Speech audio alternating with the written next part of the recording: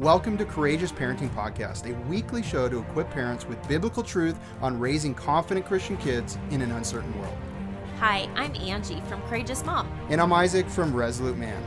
We've been married 19 years and have seen the fruit in raising our 8 kids biblically, based on the raw truth found in the Bible.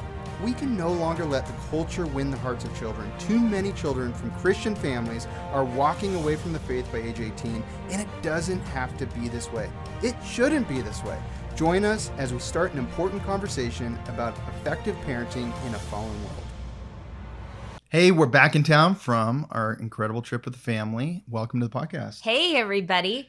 Excited to be here and to be home again. Yeah, so it was quite the trip. Definitely interesting traveling during COVID. We visited 8 states. And during riots and protesting. Which definitely gave us some concern beforehand. I was wondering if I was putting my family in harm's way or if this was a wise choice to pursue the trip that we'd planned a long time ago.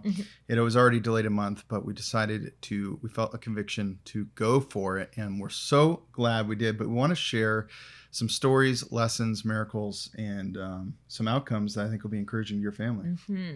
So before we dive into those, though, you guys, we just wanted to say thank you for all of your support, for all the shares on social media. It really helps us to get the word out to other people so that they can be encouraged in the word as well. And this episode's a little bit different than our other episodes.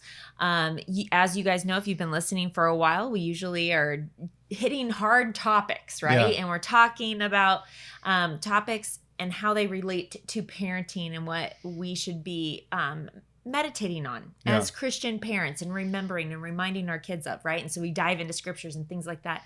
And we thought that it would be a great opportunity for you guys to get to know us a little bit more on a personal level by sharing our personal testimony of these last 6 weeks being on the road with our 8 kids. And we did share a little bit of our heart in our previous podcast, which you guys, we actually filmed that on the road. Yeah. I don't know if you guys saw that podcast, but it was titled No Perfect Parents Allowed. Yep. Right? And because our 4-week trip turned into a 5.5-week trip. So yeah, almost just a few days shy of 6 weeks. And we were just having so much fun, obviously. But we also had some delays, which we'll talk to you guys about those today. All kinds of stuff. Yeah. And so some people might think, wow, going away for a month or even more than a month. Yeah. How do you do that, Isaac? Yeah, I think, when I was younger, obviously I was, working hard in a way where I couldn't leave very often. I had to really schedule a week off. I had flexibility, but still as an entrepreneur and, it was much busier, lots of responsibility for people. Hard to get away from other people when they're depending on you. Yeah, exactly. Yeah. So it was different back then. And we really realized as we had some young kids that it was very hard to travel. And we felt a conviction to purchase an RV, I think 11 years ago. Yeah. And back then. And so it's a 39-foot Class A RV. We've been blessed by it. And it's been incredible because as our family grew, it literally becomes impossible to vacation. Now, there is Airbnb now. But as we share a story in El Paso later, there wasn't an Airbnb available that would fit our whole family when we needed it. And with COVID, things are different as far as Airbnb goes, just because different people don't want to necessarily be renting their homes out, right? Yeah. And then there's also, the reality is Airbnb didn't exist for the first decade that we were parenting, maybe more than that. It was so hard. We'd go to the Oregon coast, but we'd have 4 young kids and we'd pack everything into the hotel, back out of the hotel. We'd have to convince them to let us come in and say, well, one is a baby. We can't obviously put them in a different room. Yeah, so it just seemed challenging to actually take breaks and be spontaneous because when you're wanting to go somewhere, a lot of planning's involved usually, and that didn't really fit with our life necessarily. Yeah. It was a busy life. And so that's part of how we're able to do it. Also, I think God has orientated our life in a way where we can work from the road, which is a huge blessing. Yeah. So we did work. It wasn't just a vacation. I just want to clarify that although the kids did feel like aspects of it were a vacation, it was much bigger and much more than that. Yeah. And I would say that so if you guys have been following for a while, you've probably heard us talk about our 3-month RV trip that we did 2 years ago, just before our oldest daughter went off to college. We were like, we've had this dream of doing this like trip around the United States, and we really wanted to do that. And we're kind of like, okay, well, we don't know what the future holds. As soon as they go to college, then they potentially have a job. They maybe meet somebody. Like, you just never know, right? Yeah. And so we were really like feeling the pressure of wanting to get that dream that we had 10 years before. Yeah. We really wanted to do that. And I will share that, like, I remember when we were preparing for that, people were even going, how do you even like prepare to be gone that long? And so back then we were able to lease out the home that we were renting, sublet it, I guess is what's called. Yep. That was a huge blessing that helped provide some extra income so that we could stay on the road. We also had a massive garage sale, and we raised like $6,000 for the trip. Do you remember that? And then we ended up spending it on car repairs just before we left. Right. And so there were a lot of things that we did. There was a lot of planning. It was probably 6 months of really big planning leading up to that trip. And I will just... that was different because you were working way more on that trip than you were on this trip. Absolutely. Full-time, actually. Full-time job. This time I was able to be more flex, which is amazing. Shorter trip too, so I think that's important. But we did still work, but it was also, we prepped our kids that it was a mission trip, that we're going to go and we're going to be spontaneous. We're going to not be rigid in our path, although we did do some planning. Kelsey did a fabulous job planning a lot of the trip for us, just perfectly. She loves doing that sort of thing. It's right up her alley. So helpful, so helpful. But the second half of the trip, I would say, was more sporadic, and we met a lot of people on the road, and God was able to use our kids, use our family, use us in some unique ways, which was really cool. So I think that's important. If you're ever going to do a trip, it's okay that it's a vacation, but why not make it more than a vacation? Why not add in and prep your kids? It's a mission trip, and that we're going to grow stronger together. And so I think it's really important, and it'll help you in any trip, even short trips you do, is to get the focus off of themselves and only what they want to do, and the focus on something bigger that God wants to do through them and the whole family together. And that transforms when you go out to eat, how they act because they're light. That transforms when you go to the beach, whatever you do. Yeah. And if things don't work out, it transforms how they react, their flexibility. Yeah, that's true. And so I would say, if there's one of the main first things that we did, aside from like the obvious, which is like booking RV parks and resorts, right? So Kelsey helped us to do some planning with that and calling places and reserving spots for the first like 2-3 weeks. And then we were able to know more about our timeline once we got on the road to be able to continue planning further down the road. And so that was a huge help. That was one thing that we did to be able to get out the door, right? Another thing was what Isaac's talking about, which is having family meetings and sharing vision and casting vision, really. And then also engaging the kids and inviting them to take ownership in communicating about what their heart is and what God's laid on their heart for this trip too, right? Yeah. And so that has just been exciting as the kids get older too, to just see like when we say, hey, let's do a courageous parenting meetup, or let's meet with a family that's been in the courageous parenting mentor program. Like, all the kids were hands down, yeah, that's super exciting, let's do it. Well, that was a major reason for the trip too, is to actually meet in person with some of the courageous parents around the country. And that was super amazing. Yeah. And I will say that for those of you listening right now, obviously, like, the COVID stuff is still all happening around the country. It's different state to state. And so, yes, that did actually negatively impact our plans. We did want to have meetups while we were on the road, like at coffee shops, but coffee shops were closed down. Like, they weren't open for people to necessarily go in and meet other people. But beaches work and restaurants work. And, yeah. So we kind of found ways to meet with people, and some people even invited us into their home, which was very gracious. Oh, amazing. And so one of those dreams that you were mentioning there, one of the dreams I want to mention in the beginning here was the kids all wanted to learn how to surf, and they really wanted a lot of beach time. So we're like, okay, Texas has beach, California has beach, so let's make sure we spend a lot of our time in those two places. And so that was one of the things, because we live in Central Oregon. There's not beaches here. but there's Right. amazing lakes and rivers. And I mean, we've gone to the beach our kids' whole childhood going to the Oregon coast, but that's very different because the water's cold.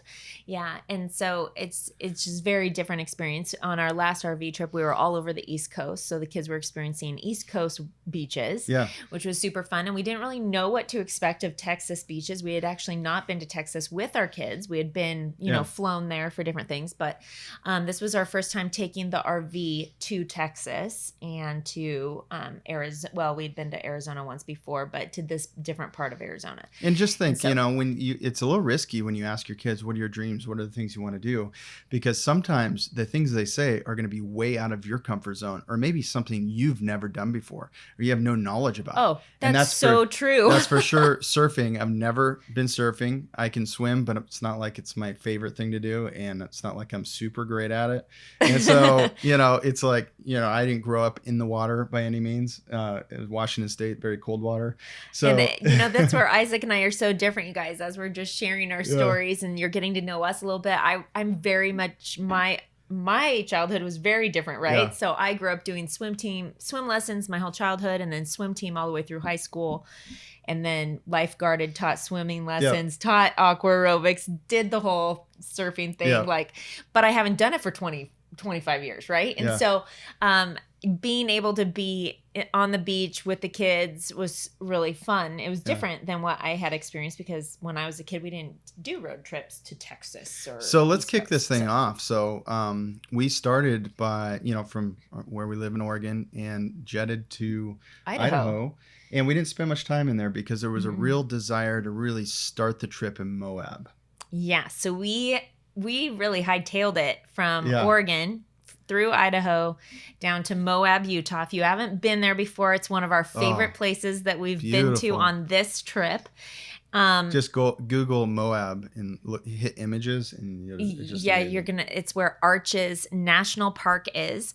And you guys, so we pull up to the Arches National Park, and normally we do have like a national park pass, but a lot of the national parks had been closed down due to COVID. Some were starting to open up by the time that we were going on the trip, but it was really like an everyday, you had to kind of keep track of what was opening, what was closing, what was going on. You know what's interesting now that we're done with the trip? It kind of feels like we just barely made it into everything, as things were either just opening or just about to close after we left. Yeah. And so it was this unique window that we were able to pass through pretty well. I mean, part of it too, I think that we were just so overjoyed to be on the trip and with our family, and it was just really, we were really grateful for what we were able to experience, that even if things had changed, we didn't necessarily notice everything, or at least our kids didn't. We may have, but we didn't focus on that. We focused more on what we were thankful for. Yeah. And so I think that the kids didn't even really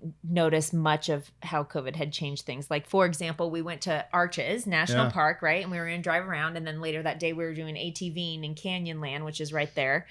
And so we had this like window of time, right? And so we had like the whole morning to do Arches. We pull up and we're like, we don't have our national park pass. I totally didn't have time to printing off the 4th grade passport that you can get. You got to Google that if you're interested in national parks, because you can actually get like a free pass into national parks. But it ended up being free. And all the parks ended up being free because of COVID. Yeah. So they said, we're not sure if we're going to be closing or not, so we're not charging this season.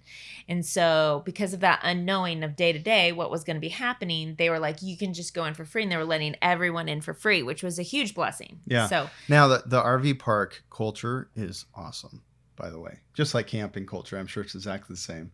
And it's just that people are really relaxed. They're really into adventure. And regardless of what you believe about masks, I'm not trying to make a mask statement here, except the reality was nobody really wears masks. So it was a very freeing kind of experience.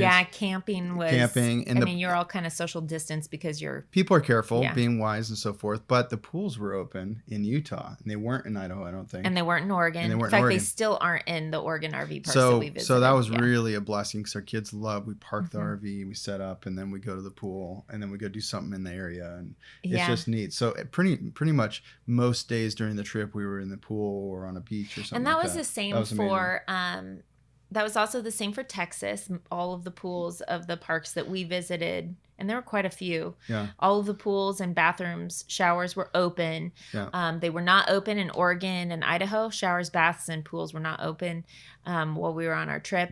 They were also not open in New Mexico. In California was and it depended on the county, it felt like, or the RV park, because some of them hadn't yet like cleaned their pools yet because of the delay and there of was COVID. just a lot of RV parks just closed, just not even open. So that was and then true there were too. some that were half vacancy.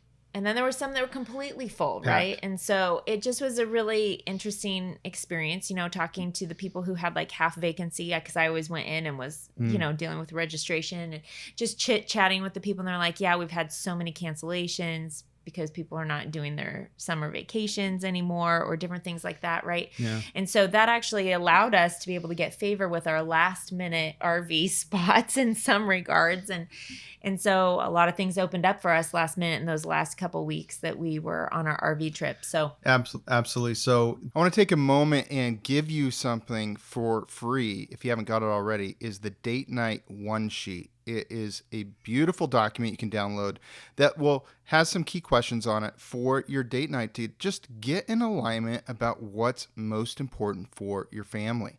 No matter what time of year, it's always important to recalibrate.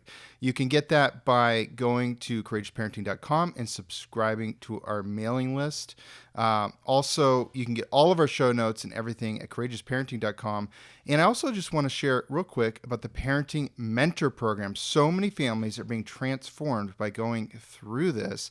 It's the 6-week self-paced program with live engagement from us and even direct interaction. So if you want to join us, here's a little bit more about it. And you can find out more at courageousparenting.com.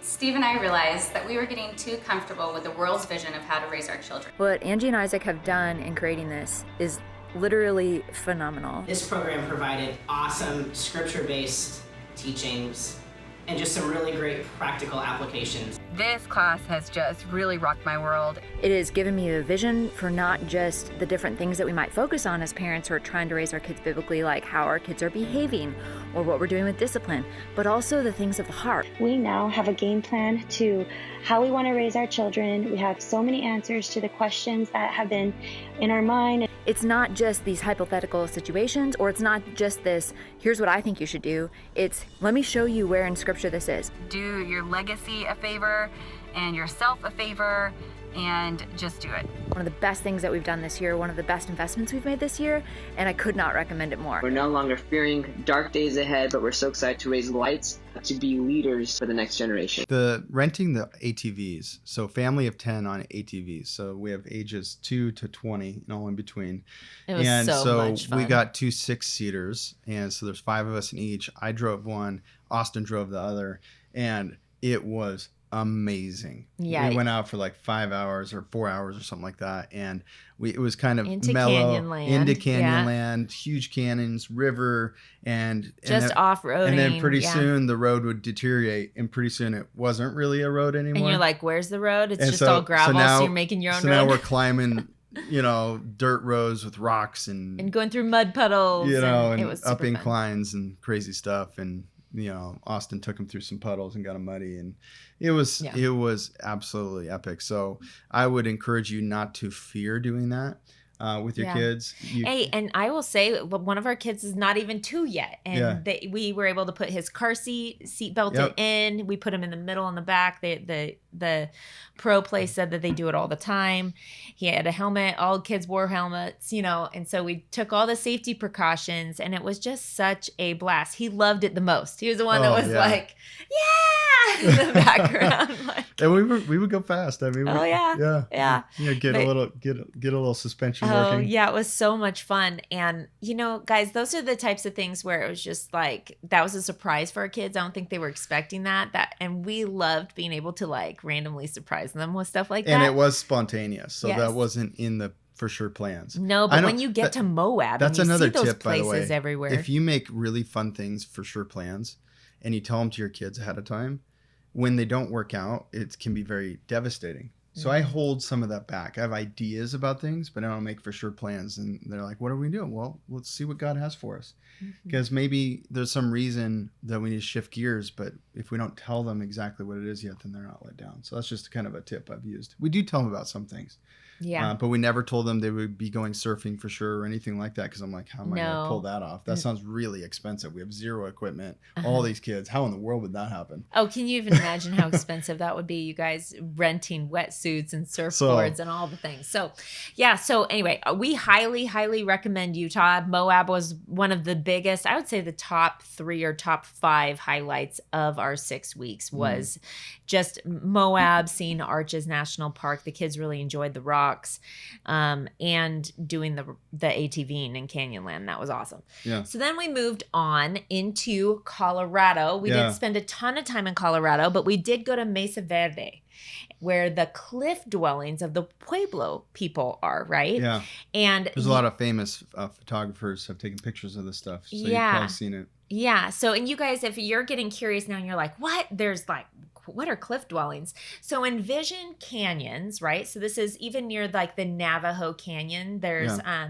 there were federal signs that said Navajo Canyon territory and different things like that when we were on our cliff dwelling tour, right? Yeah. When we were on our little, we drove through that area and we're able to get out and go to like the viewpoints and take photos and see them.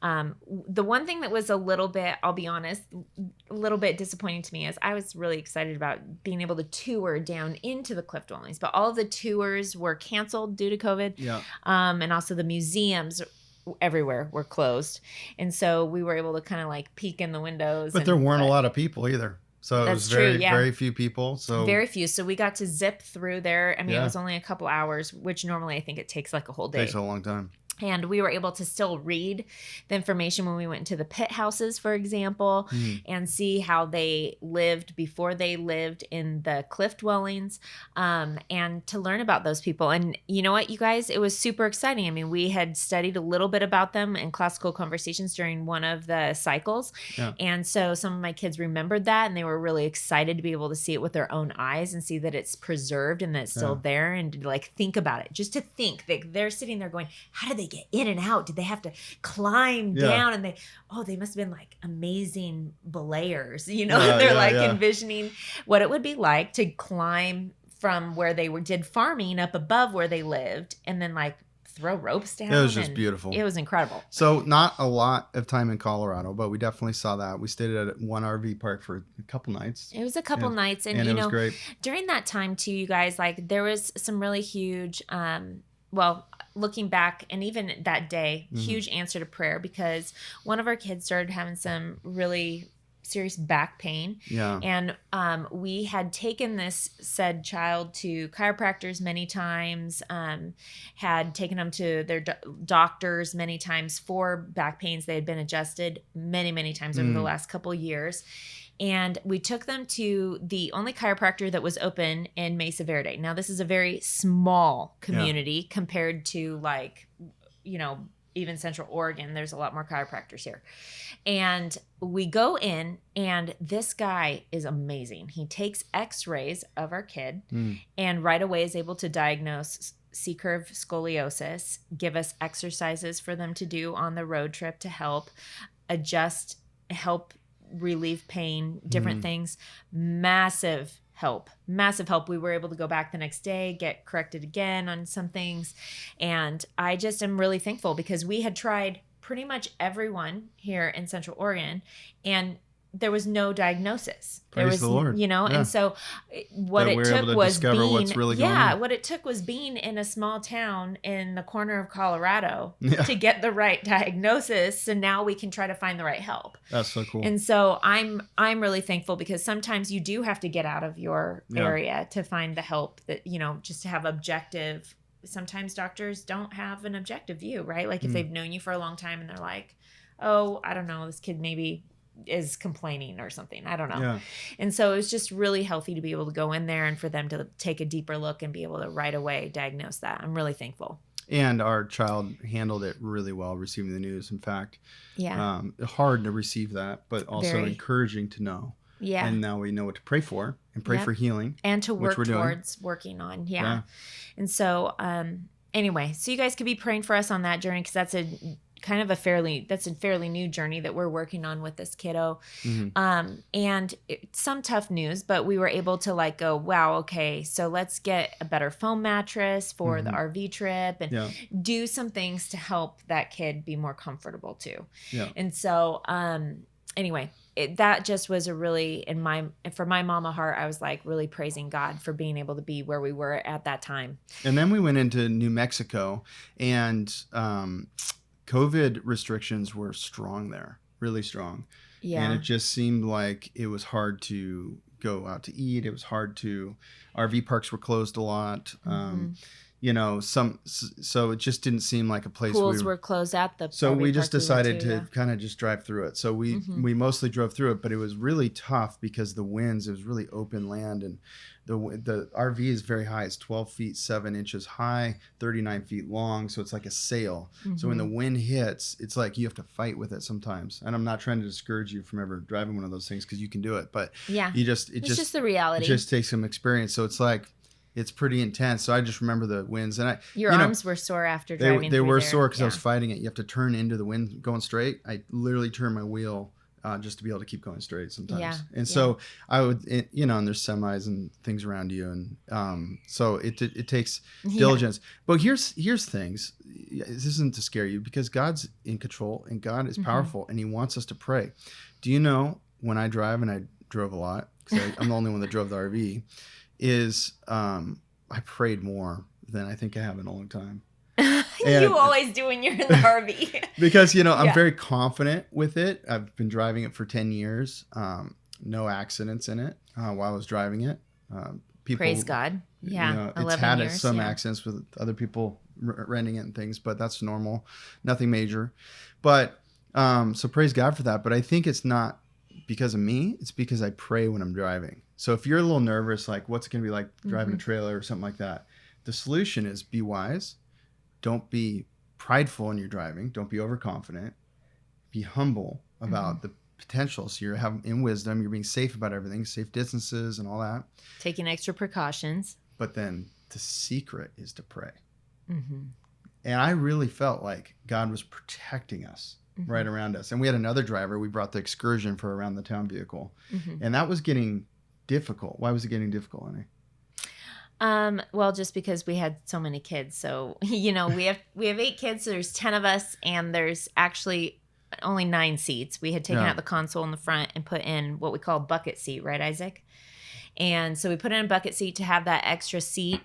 And so we had to double buckle for the little short stints that we would go and do things where we weren't with the RV. Now, when we're driving like long distances in between RV parks, for example, or camping, half of the crew is in the RV and and a few would be in the, it was different every time. Sometimes there would be 4 kids in the excursion and the rest of us in the RV. Sometimes it would just be 2 people. And Kelsey and Austin did a lot of the excursion driving when we were going. And I did some as well, but just not as much. I was mainly wherever the little people were so that I could be mom. And you're managing focus. the house while I'm driving. Yeah, exactly. And so when Isaac is driving, that's one reason he's able to actually have more prayer time, is because somebody else is actually managing everything else. You're doing the other hard work. And so he's able to really focus on the driving, and I don't typically talk too much unless we're like on a really calm you like talk space. You come up, we chit-chat. And I'll sit in the front, and we'll have chit chats and stuff like that, but typically if it's like lunchtime, nap time, or different things like that, I'm in the back and he's up in the front by himself, maybe a kid sitting there so with it him, became a little harder because our kids are bigger, and it was long, when we're around town, we're going places in the excursion, double buckling. So the kids started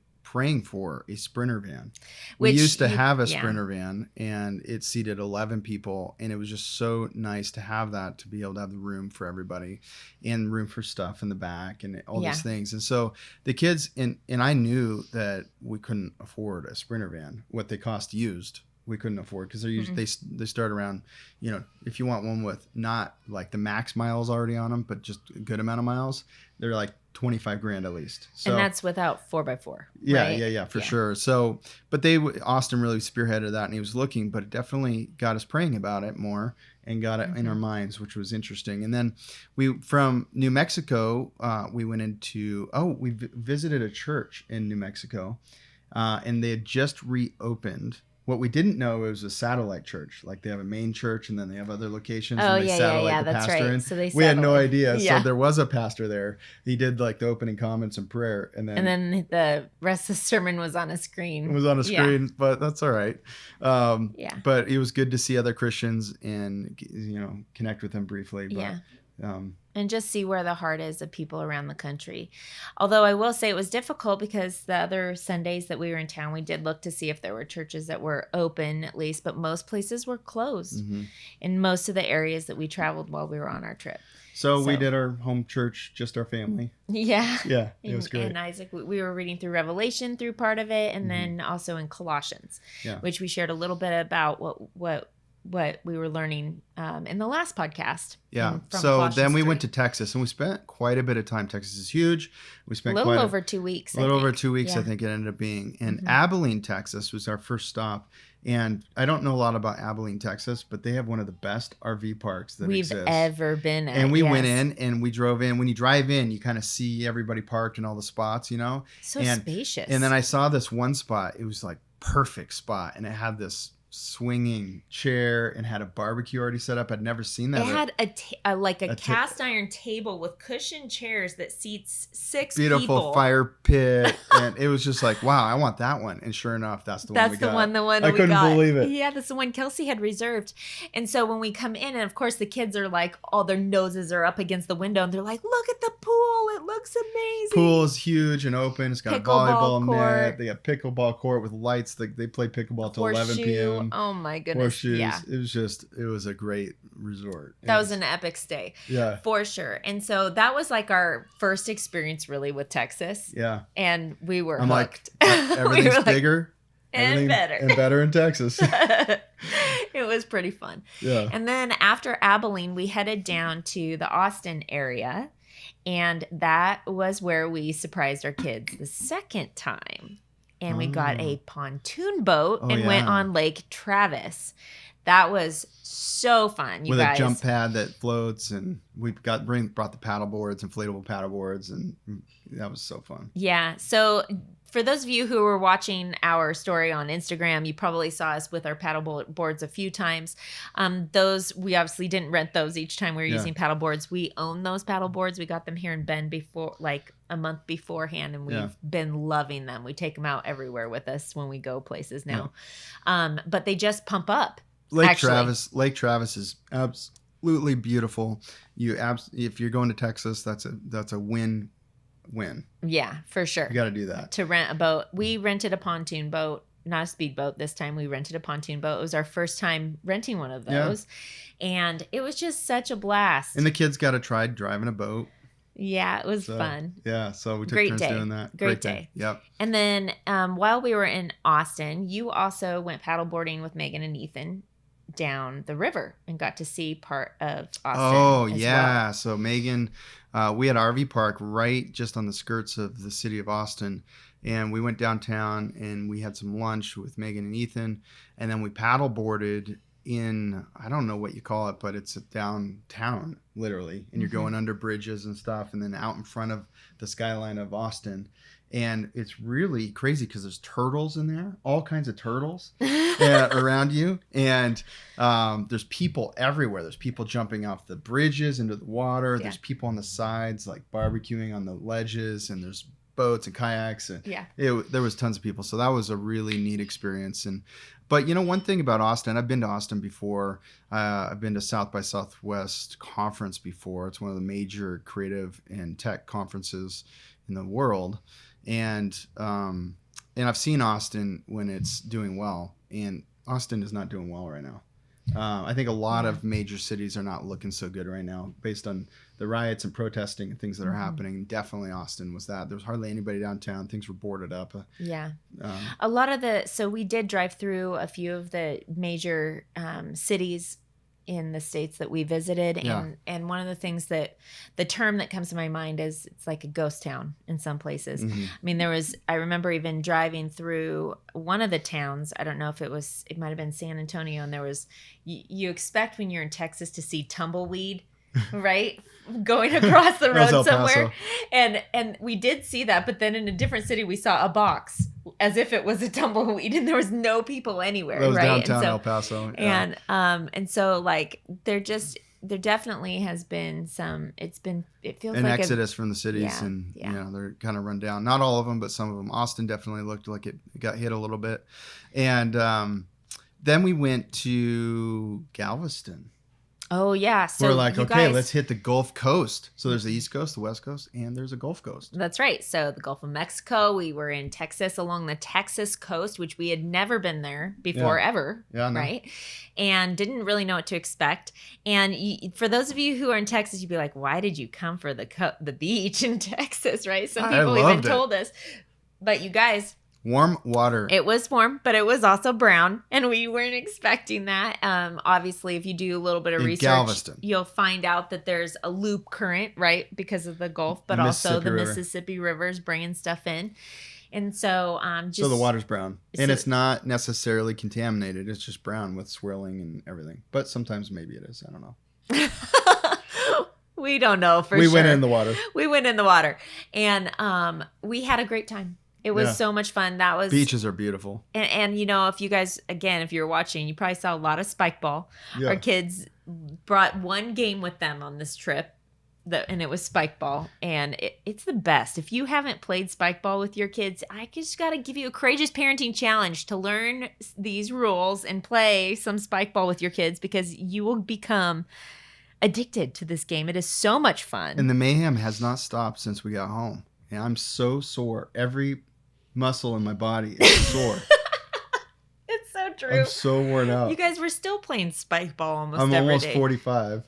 That's true. And I need to get more fit just to keep up with the way our family is. It's a good thing. It's Yeah. a good thing. It's going to keep you alive longer. Yeah. But you guys, we did have a great time in Galveston. We went to the Jamaica Beach RV Resort, and they had an awesome lazy river that we spent like a half of a day at, actually. Oh, yeah. It was so much fun. We got to see some friends Oh, that yeah. met us there, They the met us American there. Road Trip Yeah. family. You can find them on Instagram. All of the meetings were sporadic. People would message us on Super Instagram. spontaneous, yeah. Spontaneous. Like, and hey, we want to go to the beach. Where are you and at? they visited we'll meet ya. Bend before, and Yeah. we met them before, so they joined us. And then another family camping next to us joined us, and we were all sitting on our little patch of grass by our RV, very small patch. For like 8 hours. 3 families. Yeah. For like just chit Till chatting the middle of the until night, the yeah. middle of the night. Yeah. And Good times. It was so neat. Good times. And you know, I just want to encourage you guys, like, it was so fun because this kind of stuff was not planned. It was spontaneous. We spent the day at the beach, and then the next day we spent some time, like, I was doing laundry every like 4 days, which is a big chore. That's like a 4 to 6 hour job. Sometimes we were in there together at midnight. Yeah, usually I would say probably 60-70% of the time I did. Doing much, but I was keeping you company. Yeah, he would sit there. She kind of has you her worked. system. You would work. You would do work. Oh, do laptop work. Yeah, he would bring his laptop and he'd sit and he'd work. And I have my system. And Angie has her laundry system that's, she kind of enjoys doing her system. I love doing laundry. And I love having my husband to help with the lifting part because bringing all of the clothes and sleeping bags and towels from the RV for 10 people, that's a big job. So it's not for the faint of heart. It's sometimes you have to commit to things and then find out how much work it is and how hard it is. Yeah, because but it's so worth it. If you guys. just dwell on how hard something might be, you may never do things that are important experiences. They're so fun. So we had a great time in Galveston, and then we moved on to the next beach, which was Corpus Christi, and then we moved down to South Padre Island. Corpus Christi, the water got really a lot clearer. It wasn't perfectly clear, but it was still a little browned, but and it was very nice. About 10 feet into the ocean. I would then say, it was getting bluer. I think I'm Yeah. more optimistic on this, but I think I'm right. And it was beautiful. Corpus Christi, it was the beautiful. water was gorgeous. It felt clean. It was warm. The beaches were gorgeous. Okay, the kids had such a great. The sand was perfect. We spent a good amount of time playing on the beach, and then we headed down to South Padre Island, and we were there for 2 or 3 days. I feel and that was a spontaneous little jetty. I'm like, kids, if you want to see the best beach in Texas, we got to go to South Padre, because we were going to shoot straight up to San Antonio from Corpus Christi. Yeah. But then when they're like, no, we want to see the best beach. So then we were very close to the border of Mexico. Yeah, down in the very tip. It's one of the it's the second southernmost point in America, other than the tip of Florida. So the tip where we were in Florida. Yeah. Yeah. That's cool. That's an interesting fact I didn't know. Awesome. Yeah. So South Padre Island was unbelievable. It was a great experience. Although this is where one of our first like miraculous things happened, I would say. Well, we got that sweet RV spot. We got a spot right in front of the sand pit, the jump house, it was crazy. Okay, so this next to RV us. spot was totally booked up, right? Yeah. And this was at the point where we had already gone past our RV reservations. So we're calling and we're asking. They're like, nope, we're booked. And I'm like, can you just check one more time for me? Yeah. And they're like, oh, wow, something did open up. So they put us spot. in, and then we get there and we're in a great spot. Yeah. But in the morning, I'm going to do laundry and I see the perfect spot and it's empty. And I'm like, I'm just gonna ask them. Yeah. So I go into the office and I'm like, hey, is anybody in that spot 101? And they look and they're like, nope. And I'm like, oh, would it be too much if we moved? Because we're just 4 spots down. And they totally accommodated us. You guys, it was the perfect RV spot because it was literally right in front of the play structure, the view sand, of the water, the view of the water, the bay. Yeah. There was a tetherball pole. We were able to play spike ball right there. So our kids could play out there and we could see them. Yeah, from the RV. But we also had that deck that had we had the a private awesome deck. Adirondack I can't believe chairs. And it was just gorgeous. And God's so provision was amazing. He just provided. But that wasn't the miracle. I mean, that was a miracle, but that wasn't the one I was talking about. So Right. Isaac and I hadn't had a date night, and we're at like 3 weeks I'm like, Ange, let's go. Maybe a month like 10 in. p.m. Let's go out. Yeah. It's like 9:30 and he goes to the kids and he's like, kids, I want to take your mom out. And they're like, yep, sounds good. You know, Kelsey's like, go. And Austin's totally, all the older kids are like, go, we got this. Yeah. And so I quickly change. We get in the car and we just take off. We're like, okay, where are we going to go? Right? Because so many restaurants are closed. So there's this really cool restaurant right on the bay, because there's a bay side and the beach side, because it's on a little island. It's a thin island. Yep. And so on the bay side, there's this cool restaurant. So we go and there's all people in there and they go, nope, we're not seating any more people. And we're like, what? Okay. I mean, but it was weird though, because there were people that literally just got sat right in front of us. It might have been line. a COVID thing or something. I don't know. I mean, it was weird. We had masks with us. I don't know if we were wearing them, but they were like, no, sorry. And they didn't let us in. And we're like, well, okay, now what? And so we're looking around. Most places look closed. So and then we I go went down. there's a strip of bars, right? Oh my goodness, Now, you Angie's guys. never been to like a normal bar. She's been to places that serve drinks that are more restaurant-y, but there's this strip I'd of never bars. been to a So bar I'm in my like, life. I've steered clear of them my whole life. All right, we'll find a cool spot in the bar. And so and I'm like scared, so then I try I'll be and go in honest. this one, and Yeah. she's like, no, not that one. And I try and go this other one. She goes, no, not that one. No, not that And then we one. come to the next one, and he's like Mr. Vigilant with the mask. Hey, don't take a step forward until you get that mask on. And we're like, whoa. Okay, we put the mask on, and then we took 5 steps beyond, and then you're allowed to take the mask off. So funny. Nobody had masks on inside.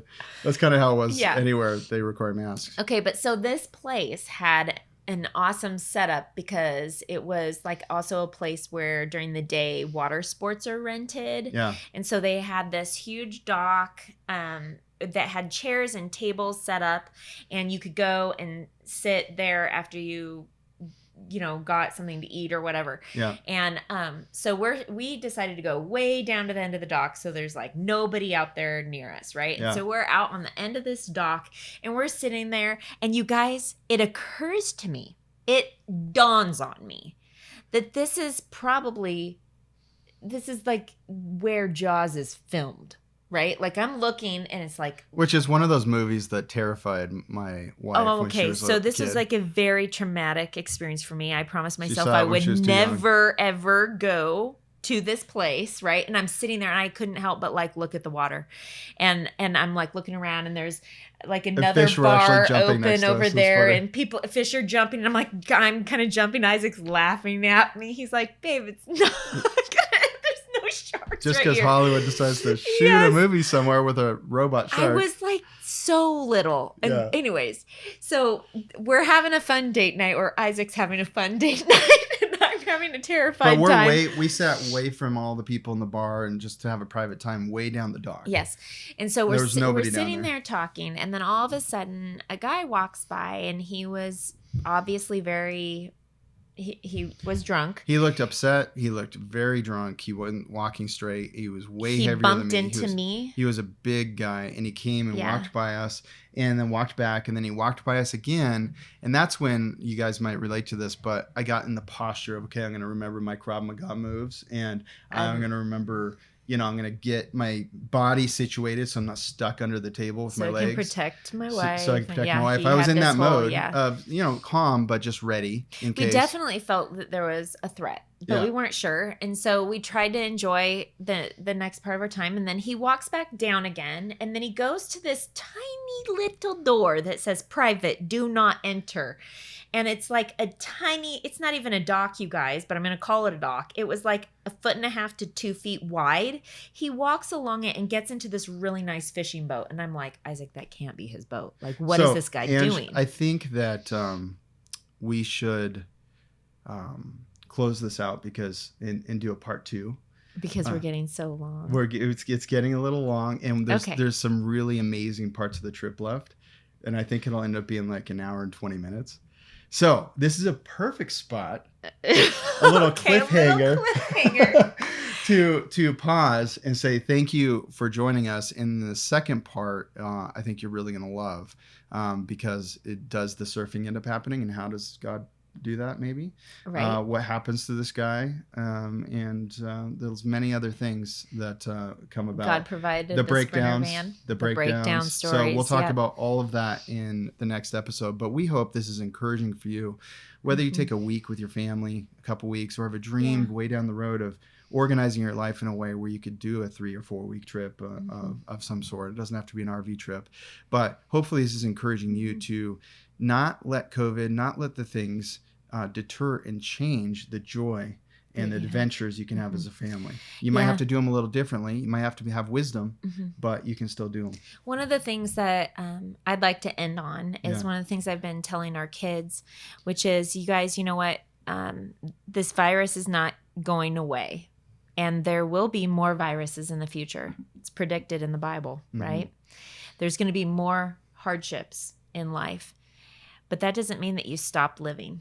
We still have to find a way to live life. We want to be wise. We want to be loving. We want to care for other people. The Great Commission is important, but we still need to live life. Don't live for someday. Remember, the life you're living is your life. The life your kids are living is their life. And you have influence over that. And I understand resources and things like that. I will tell you, this was a big sacrifice of resources. There's a lot of things we could have been doing if we were working full time. Yep. There's a lot of things that ended up costing way more money, and I wouldn't trade it for the world. Did we have to dip into some of our savings for a house? Oh, yeah. We did, and I don't regret it. Was that the plan? No, but some things happened. And then God provided in some other ways, and we'll tell you in the next episode. But thanks for joining us. See you next time. Hey, thanks for listening to this episode. We wanted to quickly tell you about our 6-week online parenting mentor program. Isaac and I created a powerful biblical curriculum. Here's how it works. Each week, Isaac and I release a video with a downloadable parenting packet to make it easy for you and your spouse to incorporate those teachings directly into your parenting. It's an incredible program where we cover everything from obedience, training, to overcoming mistakes most Christians are making. But more than that, it's an incredible community. You'll have access to our private online group, live webcasts, and the Courageous Parenting text message line where Angie and I can send you weekly encouragements straight to your phone. If you're interested in joining our next online parenting mentorship program, secure your spot now at courageousparenting.com. That's courageousparenting.com.